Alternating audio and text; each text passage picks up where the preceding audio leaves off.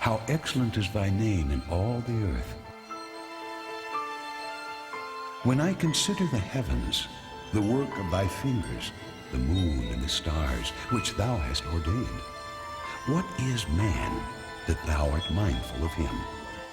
For by him were all things created that are in heaven and in earth, visible and invisible.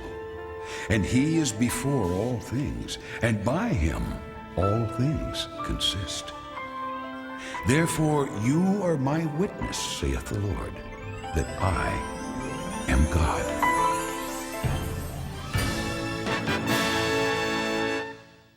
Shalom, hello again.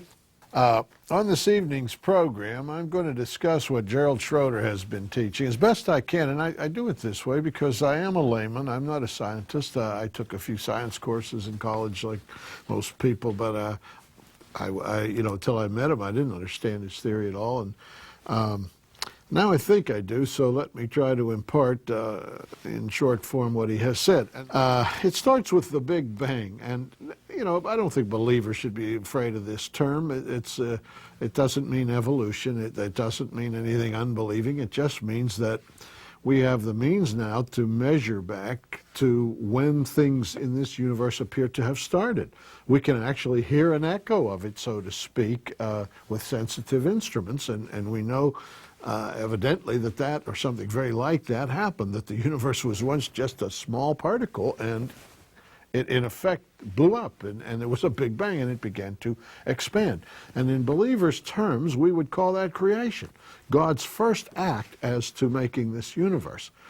The moment when he began us and the environment where we live and so forth was all in this so-called Big Bang. And ever since that explosion, the universe has been expanding. And it's expanded now very big. And we can measure the rate of that expansion by looking out at the very most distant stars traveling away from us at the highest speeds. You can picture an explosion. The particles way out there would tell you, if you went backwards, when it happened. And the universe has expanded by a rate of about 1 million squared. That is, it is 1 followed by 12 zeros bigger than it was when it started. And knowing that amount of expansion, we can, and by the way, the age of the stars out there, the rate they're moving and so forth, we can compute that all of this happened in 15 billion years, give or take. Okay? So in 15 billion years, there was an explosion that is now 1 million squared bigger than it was when it started. And all Gerald Schroeder has done is taken the 15 billion years and divided it by that rate of expansion, the million squared. You could do this on any calculator. Write 15 billion, divide it by 1 million squared. You'll get an answer in years, then 365 to get days. And how many days do you think you'll get? 6 days. And that is the heart of Gerald's theory, that the 15 billion years we can observe of the age of the universe since the Big Bang and the 6 days of biblical creation are the same period of time. Now, that bears some explaining. Time moves in this universe according to your perspective of it, where you are. God has a clock. Let's say it was in the center of that particle, the Big Bang, and he started it at the moment that the explosion happened. It's been ticking right along at a steady rate, and it has marked off 6 days, approximately, a little less than 6 days. We're still at the end of the 6th day, according to Gerald. And we have a clock here on Earth as well. We're part of the bang. We're flying out there, and everything's flying away from us. Everything seems to be flying away from everything else, and the clock is running for us, and it has run for 15 billion years. Those two clocks, they're both clocks, but they're seeing things in an entirely different way. Let me say it this way. In this universe, time dilates. It stretches, and its expansion, well, Einstein's theory of relativity explained as you travel at a higher and higher rate of speed, time seems to slow down for you until you approach the speed of light. It slows infinitely, so it doesn't even pass. Let me try my limerick on you. There was a lady who traveled, the limerick says, and this is by some physicist somewhere, I'm sure, Well, it says, there once was a lady named Bright who traveled at the speed of light. She departed one day in a relative way and returned on the previous night. Mrs. Bright traveled so fast that she went faster than time, and it not only slowed down for it, seemed to reverse, and so she got back before she left. It's kind of a joke, but it does explain a serious point. As we travel, as we move, time slows down slightly for us, and that's been proved by flying atomic clocks, very sensitive atomic clocks in airplanes, supersonic aircraft, from America, say, over to Russia, and then taking a very careful look at that clock and comparing it with a clock that never left the airport. And no matter how many times you do that, the clock in the airplane that was moving records ever so slightly less time. And so it's been proved that Einstein was right. Time dilates, it slows down. Well, over a distance like the distance to the furthest stars, you could imagine that time dilated tremendously, slows down tremendously. Let's say the clock that's out there on the furthest star ticking away, we're looking at it through a telescope. It's moving away from us at a tremendous speed. The ticks of that clock, so to say, or the particles of that light coming to us, arrive very slowly, because it's receding from us. Like a train whistle, when it passes, it goes down in pitch. That's a Doppler effect. So light, the same way, there's a Doppler effect. And it arrives more slowly. So slowly that the ticks of 15 billion years' time arrive in 6 days, or the reverse. The ticks of 6 days on God's clock take 15 billion years to get to us. We would record them over that time. An analogy I used, and Gerald was interested in it, was a fellow decides to, in California, that he's going on a business trip, and he tells his wife, I'll write to you every night. And he leaves California, and he flies the first day to St. Louis, and he sends her a card. And he flies the next day to Cincinnati, and he sends her a card. And the next day to Pittsburgh, then Philadelphia, New York, Boston. He keeps going east. What he doesn't know is there's the post office on strike, and these cards are having to travel by the Pony Express. Okay, now each time that he gets further away, of course, it takes much longer for the cards to arrive. As a matter of fact, when he gets back months later, his wife says, you said you would write every day. And I was getting letters weeks apart. And he says, I did write every day. And he did.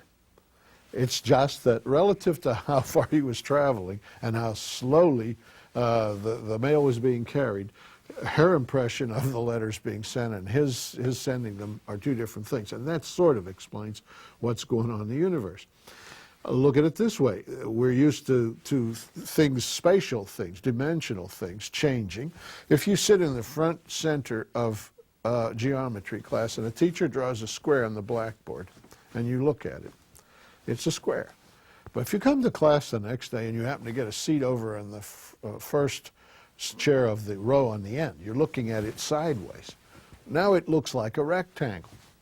Now you know it didn't change. Your eye will compensate. If the teacher says it's a square, but it looks to you like a rectangle because your perspective has slightly changed.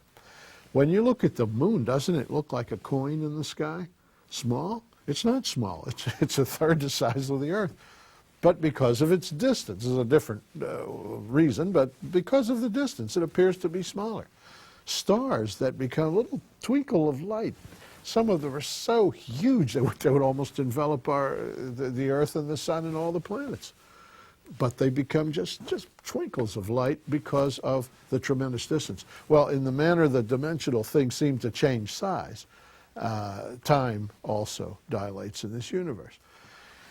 So Gerald says, and the theory is, it's an interesting one, and open-minded scientists will look at it. Now, I'm not being dogmatic about it. Nobody was there with God at the Big Bang to testify, and that would be a real scientific test. But, you know, we should expand ourselves to understand that we have some options. We do not have to believe, and there's several theories around the flood geology, the young Earth, the various theories that we have been taught to try to explain how God could create the world in 6 days, and yet fossils are found that are millions of years old, this sort of thing. This embarrassing clash between supposed religious position and scientific position. And I have a very interesting man on our program who speaks to these topics all the time. A man with a Christian ministry to scientific people who understands these things and who is able to communicate with unbelieving scientists and explain God's work to them, the creation and how it works with the science that they know and believe and have proved. He is Fred Herron. He's been on our program through the series, and I'm going to talk to him on this program about these things. I'll be back with him right after this.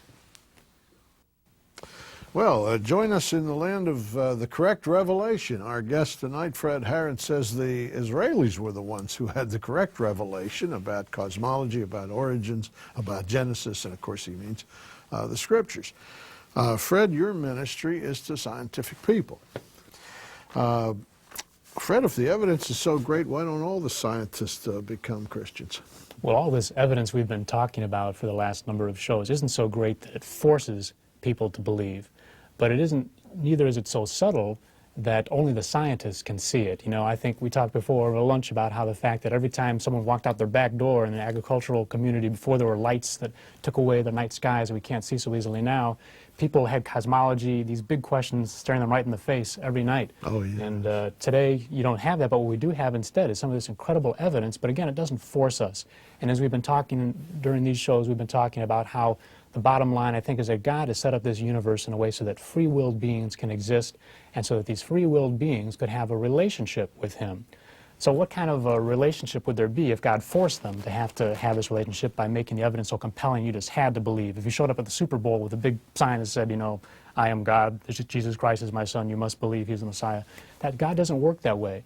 Yeah. But He does send people to the Super Bowl with that John 3:16 sign. Maybe that's good testament. But that's not compelling absolute evidence. That's just, those are kind of human efforts that God uses among us in order to try to get people's attention. And that's where we find common ground with people in cosmology to get their attention. They must be tough to witness to. Do you get questions about why it's such an evil world? It looks like, you know, God doesn't care if there is a God. That may be the first or second most asked question. And, you know, if you think about it, if our universe was set up, this really comes up with a big assumption. It has nothing to do with science that people make, but the scientists always ask it. And that is, they have this assumption that God must have as his purpose in life, I suppose, to create the universe as an environment that will, for his human pets, that will make them as comfortable and happy as possible. Now, if that's God's purpose, then they're right. He blew it. That's not exactly the kind of universe, that's not the kind of world we see with the evil and the suffering here. But, you know, I think God set up this universe and this world in a way so that a skeptic would have to ask that question, and we're asked it all the time. You know, if there's a good God, you're saying, then why would he allow all this evil and suffering? And we Christians have the answer. You won't find it anywhere else. God did something. He didn't just stand aside in pantheism. You have these ideas that there really is no evil. It's just an illusion. It's Maya. And in all these other religions, you have ways to work yourself into favor with God. Well, instead of our trying to work our way into God's favor, here's the one place where we see God showing, as we said before, a sign of compassion.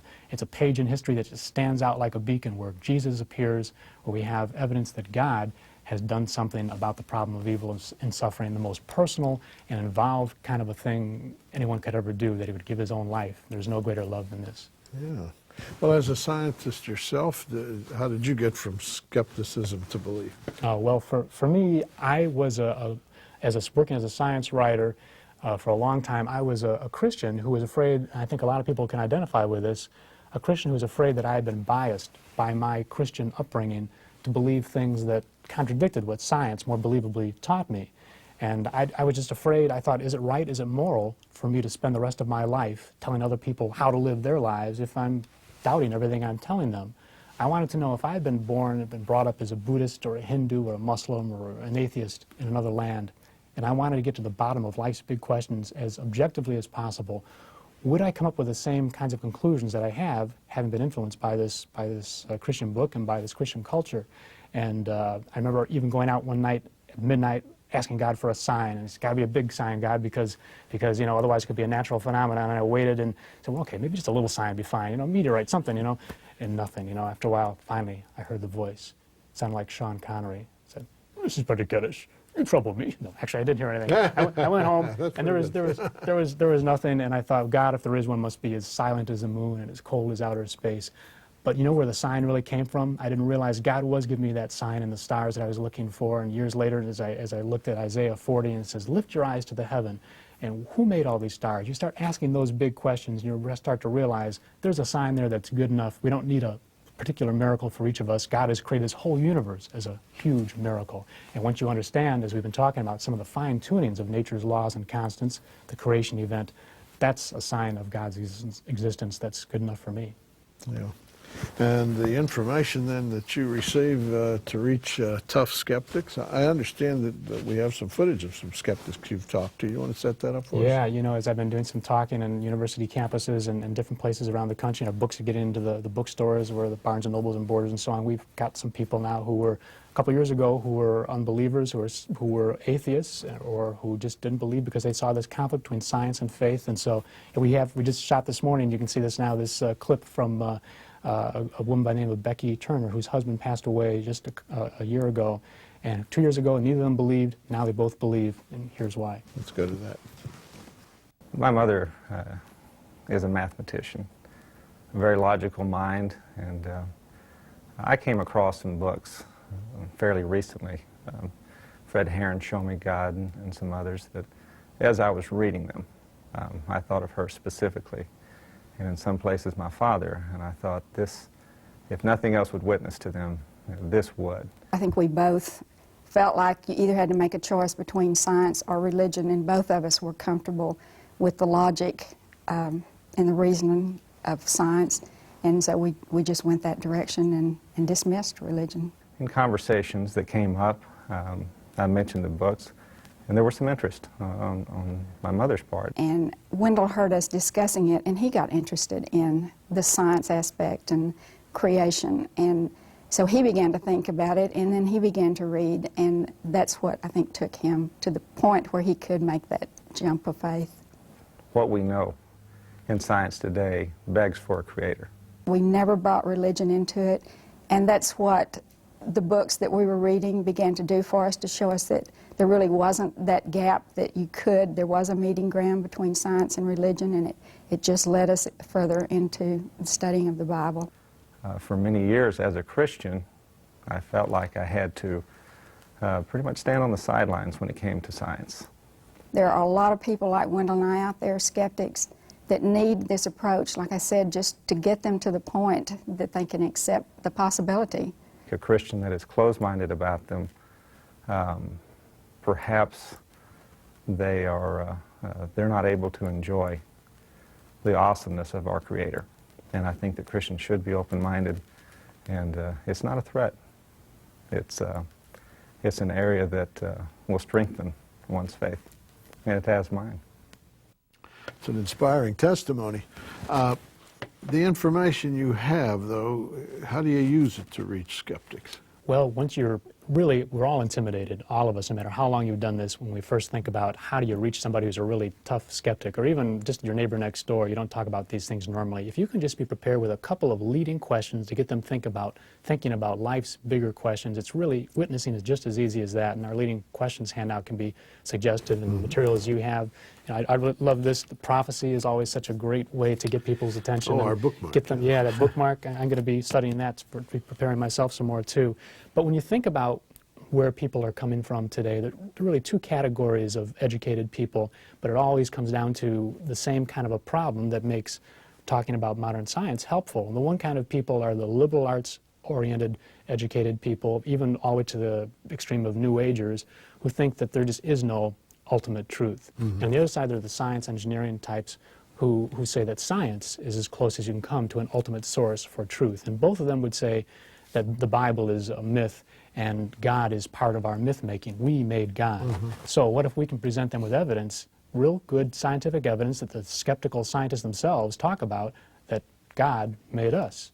And so we can't make him into whatever we want, which is, of course, the temptation I think the devil brings to all of them.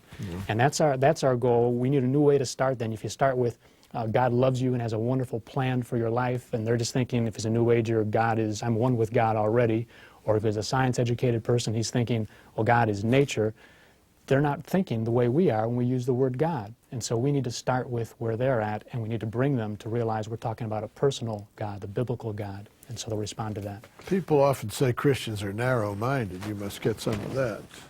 And that's the biggest question we get from people on our website and anyone who tries to use science in their witness, anyone who tries to be a witness at all, is going to be accused of being narrow-minded because you Christians believe in a literal six-day creation. You believe that there can't be extraterrestrials out there. Those are two good issues to talk about. In both of those issues, we as Christians are actually we have more options for belief. And the whole issue of how we got here, the big question, if you're an unbeliever, if you're a materialist, you have just one option, and that is unsupervised, unguided evolution. And so you have to make all your evidence fit that one option. Yes. But what about for us now, all the stuff you've been talking about over the last several days as a believer? What kind of options do we have about how we got here and how long it took? We have a recent creation over a short period of time, a progressive creation over a long period of time, the gap theory, time dilation from Gerald Schroeder. We have all these different possibilities we can look at, and therefore we can let the evidence lead us where it may. And so who's the narrow-minded one? These ETs out there, Fred, you know, there was a movie about them. I've seen them. Can Christians believe there are extraterrestrial beings? Well, there are a number of issues there, but first of all, it provides excellent common ground when you're talking about dinosaurs or talking about extraterrestrials is something that you'll see in a tabloid, and you'll see in movies. So many people have seen Contact and all these other movies. Our next issue of Cosmic Pursuit deals with the issue of extraterrestrial intelligence, and we have scientists on both sides of that issue who are exploring it. Because this is another example where Christians can be open-minded and can let the evidence lead them where it may. Now, if you're a materialist, though, and we can point this out, then you have just one option. And that is, yes, there must be extraterrestrials out there, otherwise we're special. And if you believe that life evolves whenever the right conditions exist, at least in a certain percentage of the cases, with the vastness of the universe and how many galaxies there are, 100 billion galaxies I think now, with 100 billion stars in each one, well, then it seems very clear there must be many environments right for life, and life must be starting there too. And so they have this foregone conclusion when they approach the evidence. Yes, there must be life. For us, we believe in an extravagant God. And he could express his extravagance either through creating the universe and filling it full of populations, intelligences, and have no problem keeping track of them all, or he could make the universe as vast as it is simply for the sake of one lonely outpost of life. And that expression, one lonely outpost of life, is the one used by Joseph Barrow and John Barrow and Joseph Silk, astronomers, who talk about the fact that the universe does have to be as large as it is for us to have the elements that we're made of. So it has to be as large as it is to provide for even one lonely outpost of life. So we can let the evidence lead us where it may, once again. Yeah. But there's nothing biblical preventing believers from... Do you see anything in scriptures that say there can't be I haven't seen it. extraterrestrial No, beings some people object, but... I think the main reason they object is when you talk about soteriology, when you talk about salvation. And what does that really mean then? And it's good for people to think Did this they through. fall? Did they need saved? Yeah. Did they C.S. have Lewis said maybe they didn't fall. Yeah. But let's examine the option. What if they did fall like Adam and Eve? Yeah. Then would Jesus' blood cover their sins as well? Would they have heard about it? That's one option. And there's one other option, and that is maybe the incarnation took place there. And people, if they look just like us, or they look something like completely different, Jesus could have entered their world and performed his sacrifice for them in the same way and shown love for them as part of his creatures of intelligent beings and sentient free will beings in the same way he did for us. Yeah. So once again, we can be open-minded and explore these evidences without any bias at all. We just have half a minute. You've helped us quite a bit on our programs, and I appreciate it. Tell me then, what is your ministry, Daystar, doing these days? Yeah, Daystar, our strategy for evangelism is to try to get into the places where unbelievers are getting their information, whether on the college campuses, with our website, on their bookshelves with our book, Show Me God, on their magazine racks with our magazine, Cosmic Pursuit. And if anyone's interested in really reaching an unbeliever who has lots of deep questions, that's what our magazine is for. I think it's the first magazine put out by an evangelical organization, especially for unbelieving skeptics. And we want to help Christians be more prepared, too. Scientific things. That really, Schroeder's original presentation was the birth of this whole series, and now we find scientific people like you, Fred, and everywhere thinking about these things. The times have changed, I can tell you, since I became a believer, and it was almost whispered in the halls of science. There just may be a God lurking around here somewhere. I don't think anything here has been too difficult for laymen to understand. The problem is putting our biases to one side. If Gerald Schroeder says that the 15 billion years is correct and the Big Bang is correct, and then somebody comes along and says, no, it's all a young Earth, none of that happened. I think, as Fred would say, you have to open your mind to all the options. We should have more than one option. Thanks again, Fred Herron. It's really been enjoyed very being with you. interesting. Okay. Thank you, Zola. And folks, as always, Shalom Yerushalayim. Pray for the peace of Jerusalem.